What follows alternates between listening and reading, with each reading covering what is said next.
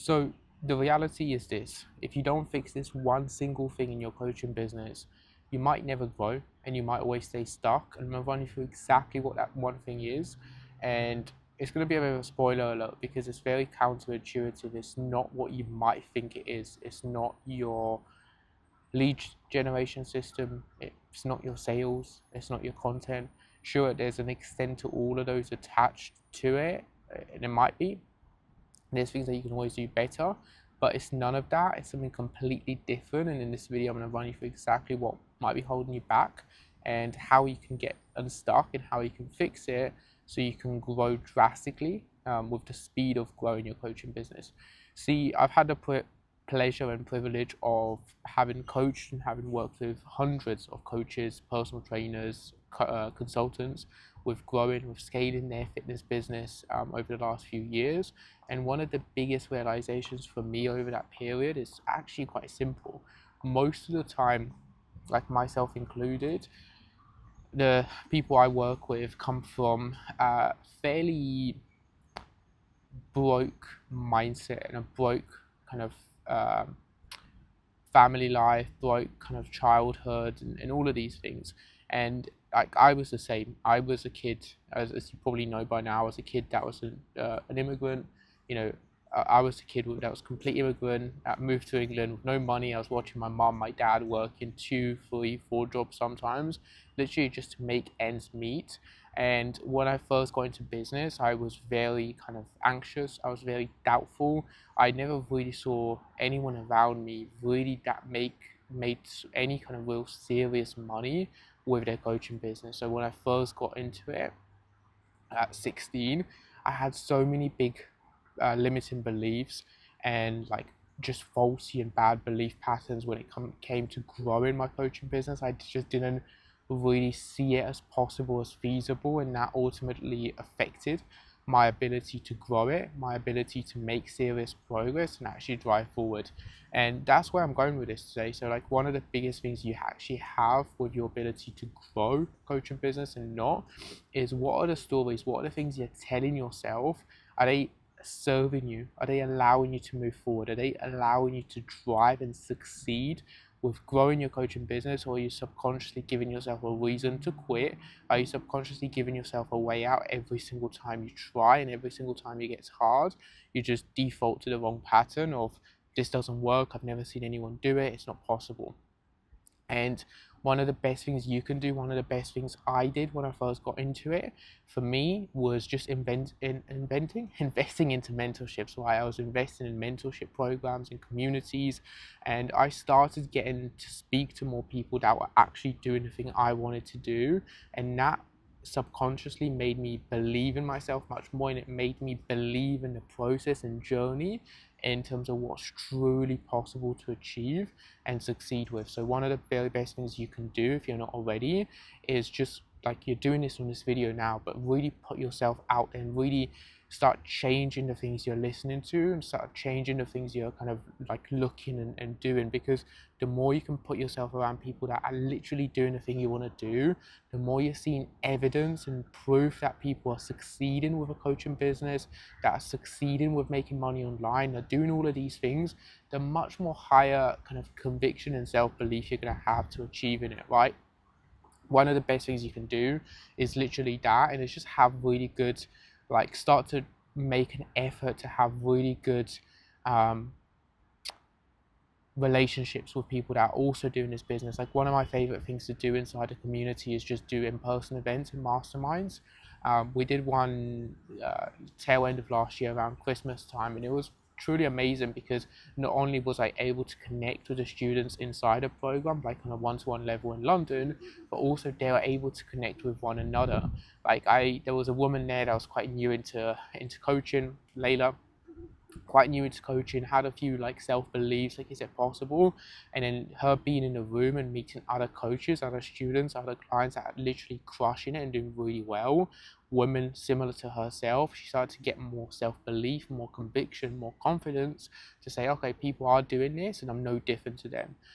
That's literally one of the best things for me personally that happened on a personal level as well. Like when I first met my mentor on a one-to-one level in Dubai, 2022 or 2023. Like, I first went to Dubai and a few things happened. Like, when I went there, I saw so much money in the universe, so much money in the world. Then I met my mentor, then I met other clients, friends, students in Dubai, literally crushing it, playing 5 times, 10 times the levels that I was in terms of client numbers, in terms of revenue, in terms of business size and growth.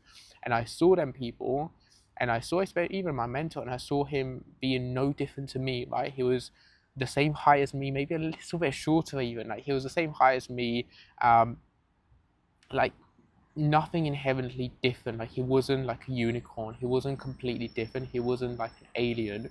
He was exactly the same as me. And when I saw that, it just massively raises the self-belief, the conviction, and allows you to drive and succeed at a much higher level. And a few simple things you can do is, like, you can't always be in the room with these people. You can't always be in a room when you're first starting out. You can't go in and just message entrepreneurs, business owners making lots of money and ask them to go for a coffee with them. But what you can do is really audit the information you have around you and be selective of what you're listening to. Like, are you always watching YouTube videos about people getting scammed? Are you always watching videos about the news and stuff that are really negative, like stuff that are really low frequency? Because if you are, you're just going to subconsciously be thinking about this. For example, one thing I used to do, which was a bad habit, is constantly watching kind of videos of people getting scammed on the internet. And when it came to me investing in courses, mentorships, like, without realizing it, subconsciously, I was just thinking about, this is probably going to be a scam because I've watched so many scam videos. It must be a scam because this happened to this person, or this happened in Bitcoin, which I have no idea about. So, really audit the stuff you're listening to, like on the internet, on your social media, on even TikTok. Like, that's one of the reasons TikTok is not a good use of time, is because you're quite literally playing like Russian roulette with the content you're watching and consuming. Like, one thing could be super positive, and then the next scroll and the next video could be completely negative, and it could be holding you back. So one of the best things you can do is just be very, very careful and very selective of what kind of content you're listening to, watching, consuming. One thing I struggled with myself personally when I was first getting into business is telling my mum, my dad, my parents, my brother about my goals, what I wanted to achieve. The reason I struggled with this is because every time I told them, they'd tell me all the reasons why it'd never work, all the reasons why it was a bad idea, and all the reasons why I'd never make it. And then when I had this, it was just another layer deeper as to why I wouldn't push forward and I wouldn't do much. So, right now, it might be better just to keep your goals to yourself and just really keep them away from people that might pull you back and drive your success downwards, right?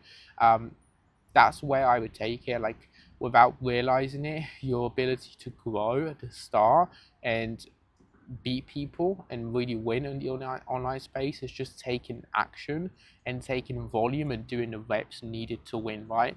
If you just do more reps than most people are doing to start off with, if you just speak to more people, if you just have more calls, if you post more content, if you post more good content, you do that at the start, it's so much easier to get better, it's so much easier to move forward and succeed. Like, of course, with our clients, we have systems in place for this. Like, we use AI, we leverage different templates, planners, templates, blueprints that basically allow them to post content like, double, triple the amount of volume than anyone else, just by being smart and being clever with how we're using our time, our energy, and what systems we're actually using. But at the start, if you just outdo everyone else that are starting off and you just post and show up consistently on social media, it's so easy to win.